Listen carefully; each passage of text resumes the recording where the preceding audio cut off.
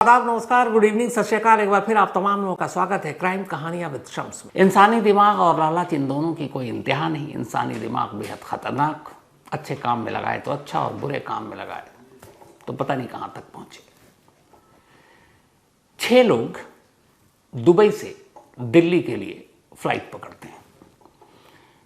ये 6 लोग एक साथ एक दूसरे को जानते थे, लेकिन 2 अलग अलग फ्लाइट पकड़ते हैं। 4 दुबई से सीधे मुंबई के लिए फ्लाइट पकड़ते हैं और 2 दुबई से सीधे दिल्ली के लिए। जो 4 लोग दुबई से दिल्ली बल्कि मुंबई के लिए फ्लाइट पकड़ते हैं, उनके नाम थे मुतालिब, अजहरुद्दीन, शान आलम और जुल्फ़िकार अली। इन चारों को दुबई से मुंबई उतरना था। तारीख थी 23 मई और दोपहर की फ्लाइट थी। ये चारों वक्त पर मुंबई उतर जाते हैं, लैंड कर जाते हैं। दुबई से मुंबई की फ़्लाइट लगभग 2 घंटे के आसपास की। उसी दिन 23 मई को ही 2 और लोग दुबई से दिल्ली के लिए फ़्लाइट पकड़ते हैं। इन दोनों के नाम थे मोहम्मद नावेद और जाहिद अली। अब 6 लोग दुबई से इंडिया पहुंचे, 4 मुंबई और 2 दिल्ली। जो दुबई से मुंबई पहुंचे, उन्होंने मुंबई से दिल्ली के लिए फ़्लाइट पकड़ी, जो 4 लोग थे, और जो दिल्ली आया वो डायरेक्ट दिल्ली उतर गए। लेकिन दुबई से दिल्ली वालों ने फ़्लाइट इस तरीके से पकड़ा था कि जो उनके 4 साथी मुंबई पहुंचेंगे, जब वो मुंबई से दिल्ली पहुंचेंगे तो लगभग टाइमिंग एक होगी, 1 घंटे का फ़र्क होगा। तो खैर 6 के 6 अब इंडिया लैंड कर चुके हैं। जो 4 लोग मुंबई में उतरे थे, उन्होंने दूसरी फ़्लाइट पकड़ी वहाँ से दिल्ली की, और दिल्ली वाले दिल्ली एयरपोर्ट पर इंतज़ार कर रहे हैं। अब मुंबई वाले भी दिल्ली पहुँच गए, 6 के 6 इकट्ठा हो गए। 6 के 6 अब एयरपोर्ट से बाहर आते हैं। पहले से इन्होंने एक टैक्सी बुक कर रखी थी और इन्हें अब दिल्ली से रामपुर जाना था। दिल्ली से रामपुर लगभग आप मान के चलिए 200-250 किलोमीटर। तो अब ड्राइवर इनका इंतज़ार कर रहा था। ड्राइवर का नाम जुल्फ़िकार। 6 के 6 उसकी गाड़ी में बैठ गए और आर्टिगा कार थी। 6 के 6 अब वहाँ से निकलते हैं और रामपुर के लिए रवाना हो जाते हैं। अब जब ये रामपुर के लिए रवाना होते हैं तो रास्ते में एक मुरादाबाद के करीब एक टोल प्लाज़ा पड़ता है, जो अब बंद हो गया है, लेकिन रास्ता वैसे ही उसी से आपको गुजर कर जाना पड़ता है, तो वहाँ पे थोड़ी सी गाड़ी की रफ्तार स्लो हो जाती है। तो उसी मुरादाबाद के बंद पड़े टोल प्लाज़ा के जैसे ही ये गाड़ी क्रॉस करने वाली होती है, आर्टिगा, उनके सामने 2 और गाड़ी खड़ी होती है, एक तरह से रास्ता रोक कर। उसमें से एक थी बोलेरो और दूसरी थी स्विफ्ट डिज़ायर। अब वो 2 गाड़ी इस आर्टिगा कार का रास्ता रोक लेते हैं, जिसमें 6 लोग वो बैठे हैं जो दुबई से आए, और साथ में उनका 7वां ड्राइवर जुल्फ़िकार। बोलेरो और स्विफ्ट कार से 3-4 लोग उतरते हैं और कहते हैं कि हम कस्टम से हैं, आपकी तलाशी लेनी है, आपके सामान की तलाशी लेनी, आप हमारे साथ गाड़ी में बैठ जाइए। ये 6 के 6 घबरा जाते हैं। उनके पास पिस्टल भी था। उन्होंने कहा हमारे पास सरकारी पिस्टल भी है। अब डर की वजह से 6 के 6 दोनों गाड़ियों में, बोलेरो में और स्विफ्ट डिज़ायर में बिठा दिया जाते हैं, और साथ में ड्राइवर को भी बिठा दिया जाता है। तो 7 लोग अब 2 गाड़ी में, और उनकी आर्टिगा वहीं साइड में खड़ी कर दी जाती है, और अब ये वहाँ से निकल पड़ते हैं। अब ये 6 लोग परेशान हैं। ड्राइवर तो चलो बेचारा यहीं से था कि ये कस्टम वाले आ गए हैं, अब पता नहीं क्या होगा। गाड़ी चल रही है। थोड़ी दूर जाने के बाद गाड़ी अचानक हाईवे से कच्चे रास्ते पर घूम जाती है और एक सुनसान जगह पर जाकर गाड़ी रुक जाती है। आसपास में थोड़ा सा जंगल था। गाड़ी रुकती है। 6 के 6 देखते हैं कि ये कहाँ ले आए। इसके बाद उनसे कहा जाता गाड़ी से नीचे उतरो।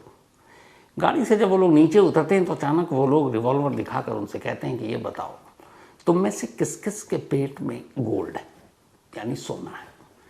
ये सुनते ही उन 6 के 6 की हवाइयाँ उड़ जाती हैं। वो कहते हैं आपको गलतफहमी हुई है। कस्टम वाले कहते हैं हमारे पास पूरी इन्फॉर्मेशन है। वो हाथ पैर जोड़ते हैं। कहता नहीं, बताओ किस किस के पेट में।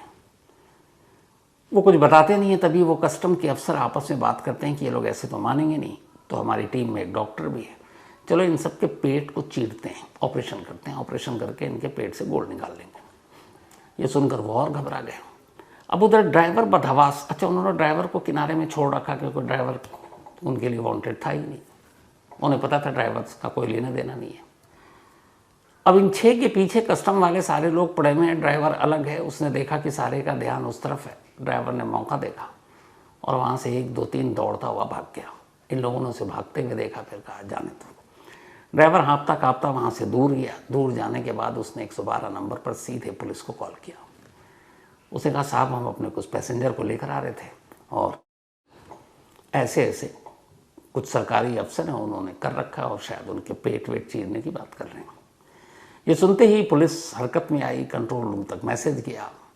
फिर जो सीनियर पुलिस अफसर थे उन्हें भी लगा कि ये क्या बात है, 6 लोग, और अगर कस्टम वाले हैं तो उनके एरिया में बिना इन्फॉर्म किए वे कैसे आए। अब आनंद फानन में सारी पुलिस की टीम उस लोकेशन पर पहुंचती है। जब लोकेशन पर पहुंचती है तो कस्टम वाले और 6 के 6 वो भी घबरा जाते हैं, लेकिन उन्हें लगता है चलो जान बची, पेट कम से कम अब नहीं कटेगा। पुलिस को देखती है, अब कस्टम वाले गोली चला देते हैं। जवाब में पुलिस भी गोली चलाती है, वो घबरा जाते हैं। इसके बाद कुछ भाग लेते हैं, 2-3 पकड़े जाते हैं। और जब वो पकड़े जाते हैं तब पुलिस वालों को पता चलता है कि ये कस्टम वाले नहीं है, कस्टम के भेस में लुटेरे। 6 की जान बच गई। वो लोग पकड़े गए। अब 6 पुलिस के पास।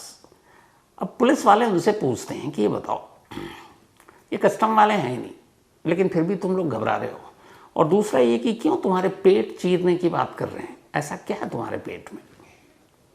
अब वो सब हवा खराब पुलिस पूछ के कह रहे नहीं साहब ऐसा कुछ नहीं है। पुलिस वालों को लगा कुछ तो गड़बड़ है। उन्होंने कहा तुम्हें हमारे साथ चलना पड़ेगा। अब उन 6 के 6 को थाने ले आए, सीनियर अफसरों के सामने पेश किया गया। सीनियर अफसर को इतना पता था कि कुछ गोल्ड की स्मगलिंग कैसे की जाती है। उन्होंने कहा भैया अब तुम सच सच बताओ कि तुम्हारे पेट में क्या है। तब उन्होंने सच्चाई बताई।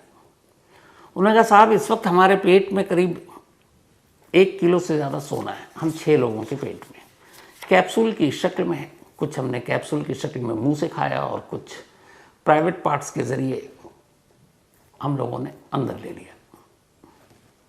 पुलिस परेशान, अब कैप्सूल के ज़रिए पेट में, तो उन्होंने कहा निकालते कैसे हो। तो उन्होंने कहा साहब हम बहुत सारी चीज़ें खाते हैं और उसके बाद वॉशरूम जाते हैं और फिर उसी रास्ते से सारा कैप्सूल बाहर आ जाता है। अब अभी तक ये है कि इन लोगों के पेट में कुछ है, सबूत तो है नहीं। और पुलिस वाले ये भी परेशान कि ये लोग दुबई से यहाँ तक आ गए, कहीं चेकिंग नहीं, कस्टम पे, एयरपोर्ट पे, ये कैसे। खैर पुलिस वाले ने कहा कि पहले इनके सबूत तो बरामद करो। अब उन्होंने कहा कैसे निकालते हो, तरीका बताओ। तो उन्होंने कहा साहब जितना ज़्यादा खाएंगे और जितना ज़्यादा पानी पिएंगे या कोल्ड ड्रिंक पिएंगे उतनी आसानी से बाहर निकल आएगा। अब बेचारे पुलिस वाले कह रहे हैं क्या खाओगे, अब आप देखिए कह रहे हैं बिरयानी खाएंगे। अब पुलिस वाले ने उन लोगों के लिए बिरयानी मंगाई, कोल्ड ड्रिंक मंगाई। कुछ तस्वीरों में कोल्ड ड्रिंक आप देखेंगे भी। मतलब पुलिस वाले खातिरदारी कर रहे हैं उन लोगों की जो थोड़ी देर के बाद अब एक तरह से उनकी ऑफिशियली हिरासत में होने वाले हैं। खैर अब पुलिस वाले मंगाए जा रहे हैं, खिलाए जा रहे हैं, खा रहे हैं, वो बाथरूम जा रहे हैं, कुछ कैप्सूल आ रहा है, कुछ नहीं आ रहा है, और खिलाते जा रहे हैं। कहते हैं करीब 10,000 रुपये की बिरयानी इन 6 लोगों को खिला दी, कोल्ड ड्रिंक सब। एक एक करके बहुत सारे कैप्सूल बाहर आए। फिर पता चला कि कुछ कैप्सूल हो सकता है, अब इन्हें क्या, उन्होंने कहा गिनती के हिसाब से तो कुछ है। फिर पुलिस वालों ने डॉक्टर को बुलाया, इनको अस्पताल ले गए, इनका एक्सरे हुआ, इनके बाकी चीज़ें हुई, तस्वीरें आई, तो पता चला एक के तो पेट में अभी भी एक कैप्सूल फंसा हुआ है। अब उसको भी निकालने की तैयारी की जा रही है, उसको और कहा जा रहा खाओ। अब वो कैप्सूल कहीं गलत जगह फंस गया। खैर ये सब चलता रहा। अब उनसे पूछताछ हुई, ऑफिशियली पता चल गया है लोग स्मगलर हैं, गोल्ड अपने जिस्म के अंदर छुपा कर लेकर आते हैं। तो पूछताछ हुई कि भाई ये तुम लोग करते क्या हो, कैसे करते हो, क्यों करते हो। तो पूरी कहानी है ना, अजीब कहानी है।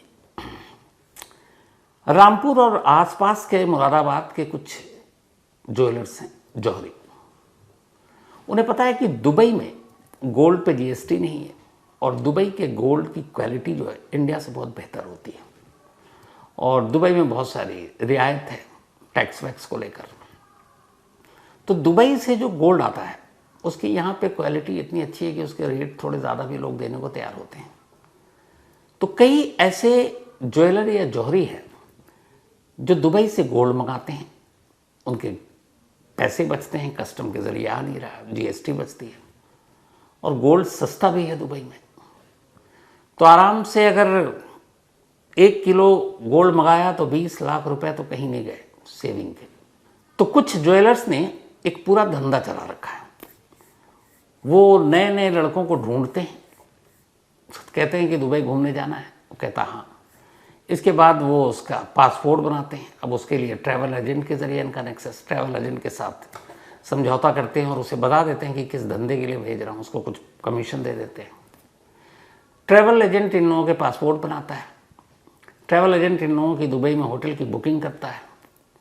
अब इन्हें कहा जाता है कि तुम्हें दुबई जाना है, 5-6 दिन रहना है, कुछ नहीं करना, दिन भर खाओ पियो घूमो, बस वापसी में कुछ कैप्सूल निकलना है और निकल के आ जाना। तो कहते हैं ठीक है। अब कैप्सूल आम कैप्सूल ही है जैसा होता है, थोड़ा सा मोटाई ज़्यादा होता है, लेकिन तो आराम से उसमें एक कैप्सूल में 25-30 ग्राम गोल्ड समा जाता है। और इनमें तो इतने हैं कि हैबिचुअल हो गए हैं ये कैप्सूल निकलने की, मतलब इनके लिए जैसे चॉकलेट और कुछ मिठाई है जिसको निकलना है, गोली है। तो ट्रैवल एजेंट के ज़रिए होटल की बुकिंग हो गई, पासपोर्ट बन गया, वीज़ा मिल गया, कोई मुश्किल होता नहीं है दुबई का। अब वहाँ होटल में जाकर इन्हें बस घूमना फिरना खाना पीना है। उसके बाद तय वक्त पर इनसे कहा जाता है कि अब चलो निकलो, और वहाँ से निकलो। तो फिर वो कैप्सूल निकल लेते हैं। उसके बाद शर्त यही होती है कि तुम जब कैप्सूल निकलोगे उसके बाद तुम कुछ खाओगे पियोगे नहीं जब तक अपने मकाम मंजिल तक नहीं पहुँच जाओगे, क्योंकि अगर कहीं रास्ते में पेट खराब हो गया, बाथरूम जाना पड़ा, तो वो गोल्ड निकल जाएगा। अब इनके लिए बाथरूम भी बड़ा ख़ास होता था इस गैंग के लिए। जो शीट होती है उसके ऊपर जाली लगा दी जाती थी ताकि जो प्राइवेट पार्ट से निकल रहा वो प्लास्टिक के छोटे छोटे पॉलीथिन में, तो वो सब उसी पर आ जाए और फिर उसमें से निकाल लें। और कैप्सूल जो है वो भी सेफ रहे, कमबोर्ड में ना गिरे। तो इसीलिए खाते पीते नहीं थे। एक बार कैप्सूल निकला उसके बाद जब तक ये पहुंच नहीं जाए और जब तक वो कैप्सूल बाहर नहीं आ जाए उससे पहले ही खाएंगे उसी खुफिया जगह पर, वरना कहीं नहीं। तो फ्लाइट में भी कुछ खाएंगे पिएंगे नहीं। और इन्हें कहा जाता था 20 से 30 हज़ार रुपये एक ट्रिप के तुम्हें मिलेंगे। तो एक तरह से कुरियर बॉय होते थे, तो उनको 20 से 30 हज़ार मिल रहा है, दुबई फ्री में घूमना फिरना, गाड़ी खाना पीना, अच्छा होटल, और क्या चाहिए। महीने में एक ट्रिप लगाया, 20 से 30 हज़ार कमा लिया, घूम भी लिया। तो ऐसे नौजवान लड़कों को ये पकड़ते थे। तो पहला तो हो गया जो ज्वेलर जिसको ये काम कराना है, दूसरा हो गया ट्रैवल एजेंट जिसको सारा इंतज़ाम कराना, और तीसरा कई बार ऐसा होता है कि ये कैप्सूल या ये फिर गोल्ड पेट के किसी हिस्से में फंस जाता। तो कुछ डॉक्टरों के साथ भी इनका नेक्सस था। उस डॉक्टर का काम ये था कि अगर किसी तरीके से नहीं निकल पाए तो फिर पेट का ऑपरेशन करो, चीर के निकालो। कहते हैं कि इसमें कई लड़कों की जान भी चली गई, लेकिन धंधा है, पैसा आ रहा है, तो ये सब चलता रहा। और इस तरीके से फिर जब ये वापस आते तो फिर ये गोल्ड निकल जाता। और 6 के, अगर जैसे ये 6 के गैंग में थे, इन 6 के पास करीब 1.25 किलो सोना था। 1.25 किलो सोना मतलब आप समझ रहे हैं। तो एक ट्रिप में कितना फायदा हो गया। अब सवाल ये था कि ये 4 मुंबई उतरे, 2 दिल्ली उतरे, फिर एयरपोर्ट पे किसी ने कुछ नहीं रोका, रामपुर से आगे निकल गए, मुरादाबाद के पास 2 गाड़ियों में कस्टम अफसर बनकर लोग इन्हें रोकते हैं, वो भी फर्जी लुटेरे। तो कैसे पता चला कि ये गोल्ड लेकर आ रहे हैं। तो जब पुलिस ने तफ्तीश की, पहले तो उस ज्वेलर तक पहुंचा जिसके लिए गोल्ड लेकर आ रहे थे, वो रामपुर का ही एक बंदा निकला, तो शायद जाहिद उसका नाम। तो उसने बताया कि जहाँ से दुबई में इन लोगों को गोल्ड इस कैप्सूल की शक्ल में दिया जाता, वहाँ भी इनके लोग होते हैं। उन्हीं में से एक ने अपने दोस्तों से मुखबिरी कर दी और कहा ये 6 नाम है, 6 लोग हैं, इनके फ्लाइट नंबर ये है और ये इतने बजे लैंड करेगी और ये दिल्ली से 6 के 6 एक साथ रामपुर के लिए निकलेंगे और इनकी गाड़ी भी है। अब सारी यहाँ खबर मिल गई। अब जो बदमाश थे जिसको मुखबिरी हुई, उन बदमाशों ने कस्टम अफसर बनकर इनको लूटने का प्लान बनाया और वही किया कि अपने साथ गाड़ी मिलेगा। खैर भांडा फूटा और वो 2 पकड़े गए। लेकिन सवाल ये था कि कस्टम से कैसे बच जाते हैं ये लोग। तो पता चला कि जब ये दुबई से गोल्ड लेकर चलते हैं तो वहाँ के एक बाकायदा गेट नंबर तक इनको बताया जाते हैं कि किस गेट नंबर से एंट्री करनी है। उसकी वजह ये है कि इंसानों की तलाशी सिर्फ ली जाती है हाथ से। बैग और लगेज जो जाता है वो आपको मशीन, एक्सरे मशीन से गुजरनी होती है। लेकिन कई बार कुछ शक होता है तो फिर इंसान को भी देखते हैं, वो चेक कर लेते हैं। तो वहाँ सिक्योरिटी जो स्टाफ थे उनके साथ भी इनका नेक्सस था। तो जिस गेट पर उसकी ड्यूटी होती, उसी गेट से उस दिन बता दिया जाता है कि आज मैं इस गेट पर इतने नंबर पर हूँ, इसी गेट से तुम्हें आना है। तो वहाँ कोई तलाशी नहीं होती, ना उनको होती, और चले जाते। तो दुबई से ये निकल गए। अब दुबई में गोल्ड वोल्ड ले जाने पर वैसे भी आपको पैसे और ये सब तो लगते नहीं, शायद वहाँ फ्री है। तो वहाँ से ये लेके निकल गए। लेकिन अब अगर बैग में लेके निकलेंगे तो भी वहाँ से छोड़ भी दे तो इंडिया में तो आके पकड़े जाएंगे। तो अब ये है कि जो गोल्ड लेकर आना है वो इंडिया तक नज़र ना आए, तो इसीलिए ये अपने पेट के अंदर डाल लेते हैं अलग अलग तरीके से। तो अब दुबई से निकल गए क्योंकि सिक्योरिटी स्टाफ के साथ मिली भगत है। अब ये फ्लाइट में बोर्ड करते हैं। फ्लाइट में बैठने के बाद अब इन्हें ये पता है कि यार फ्लाइट में खाना पीना नहीं है, वरना क्या पता कब बाथरूम जाना पड़े, टॉयलेट का यूज़ करना पड़े। तो ये बिना खाए पिए अपना सफ़र करते हैं। अब पहुँचे इंडिया। अब इंडिया में मुंबई दिल्ली एयरपोर्ट पे जब आप आते हैं, आप इंटरनेशनल ट्रैवल करके भी, तो आपके लगेज की जो है वो तो तलाशी होती है, उसको एक्सरे मशीन से गुजारा जाता है। लेकिन आम जो हम लोग मुसाफिर आते हैं तो ज़्यादा से ज़्यादा मेटल डिटेक्टर से गुजारते हैं, या फिर आप सीधे इमिग्रेशन के पास जाते हैं और निकल देते हैं। तो यहाँ बॉडी की तलाशी पूरी कम होती है। कुछ एयरपोर्ट पे यहाँ पे भी सेटिंग है। तो लगेज की तलाशी हो गई, बैग में तो इनके कुछ होता नहीं क्योंकि सब सारा माल तो जिस्म में छुपा रखा है। और अब उसके बाद ये आराम से एयरपोर्ट से बाहर निकल आते हैं। बाहर आने के बाद अब इन्हें पहुँचना होता है अपनी मंजिल पर। वहाँ जैसे ही जाते हैं वहाँ पहले से ही इनके लिए खाना पीना सब तैयार होता है, इनकी मनपसंद का, ताकि जितना ज़्यादा, जितनी शौक से खाएंगे, जितनी जल्दी खाएंगे, उतना जल्दी सोना उगलेंगे। क्या कहें इसको, सोना उगलना ही होगा। तो लेकिन ऐसा कई बार हुआ। एक दिल्ली में एक दो जगह पर इनके कुछ डॉक्टर, कुछ तो झोला छाप भी है कि मुश्किल आ गई, सब कुछ दे रहे हैं, खाना पीना, पर अटक गया किसी गलत जगह पर, अब बाहर नहीं आ रहा है। तो बाकायदा कुछ अच्छे डॉक्टरों से तो चलो पेट की सर्जरी कराई, पर इनका डर ये होता है कि कहीं अगर किसी हॉस्पिटल में बड़े या किसी बड़े डॉक्टर के पास भेजा और सर्जरी हुई और गोल्ड निकला तो फिर बात पुलिस तक पहुंच जाएगी। तो इसीलिए अपने उन कुरियर बॉय की जान को खतरे में डालकर झोला छाप और बाकी उस तरह के डॉक्टरों के ज़रिए इनके पेट को भी चिरवा देते हैं, सिर्फ चंद ग्राम सोने के लिए। तो इस तरीके से ये सारा खेल चल रहा है। अब इस एक फेक कस्टम अफसर के चक्कर में जब ये पूरा मामला सामने आया तब तो पता चला है कि इसके पीछे एक पूरा नेक्सस है। बहुत सारे इसमें जो कस्टम के लोग हैं वो भी कुछ मिले हुए हैं। इसके अलावा जो बहुत सारे सुनार के हैं, जौहरी की दुकान वाले हैं, ये इन सारों ने भी गैंग बना रखा है और इन सभी को दुबई के प्योर गोल्ड की ज़रूरत होती है। तो अब जांच चल रही है और इस जांच के बाद जो सबसे ज़्यादा अभी एक म्यांमार से भी, इसके अलावा और किस किस रूट से, म्यांमार से बांग्लादेश, बांग्लादेश से नेपाल और कहाँ किस रूट से ये लोग बाई रोड भी लेकर आते हैं। और अभी तक जितने स्मगलिंग के गोल्ड हैं मुश्किल से 20-30% भी हमारी कस्टम या फिर बाकी एजेंसियां नहीं पकड़ पाती हैं, वो आ जाती हैं। वजह यही है कि उसके तरीके अलग अलग हैं। अब कई ऐसे ज्वेलर जो है वो रिडार पर हैं, पुलिस कुछ को उठा चुकी है, पूछताछ हो रही है। इनके अलावा कई ऐसे कुरियर बॉय जो इससे पहले गए, उनकी लिस्ट तैयार हो रही है।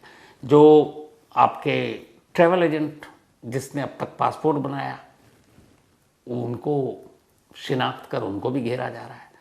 कुछ डॉक्टर जिन्होंने पेट चीर के न मालूम अब तक कितने सोना निकाले हैं वो भी गिरफ्त में हैं।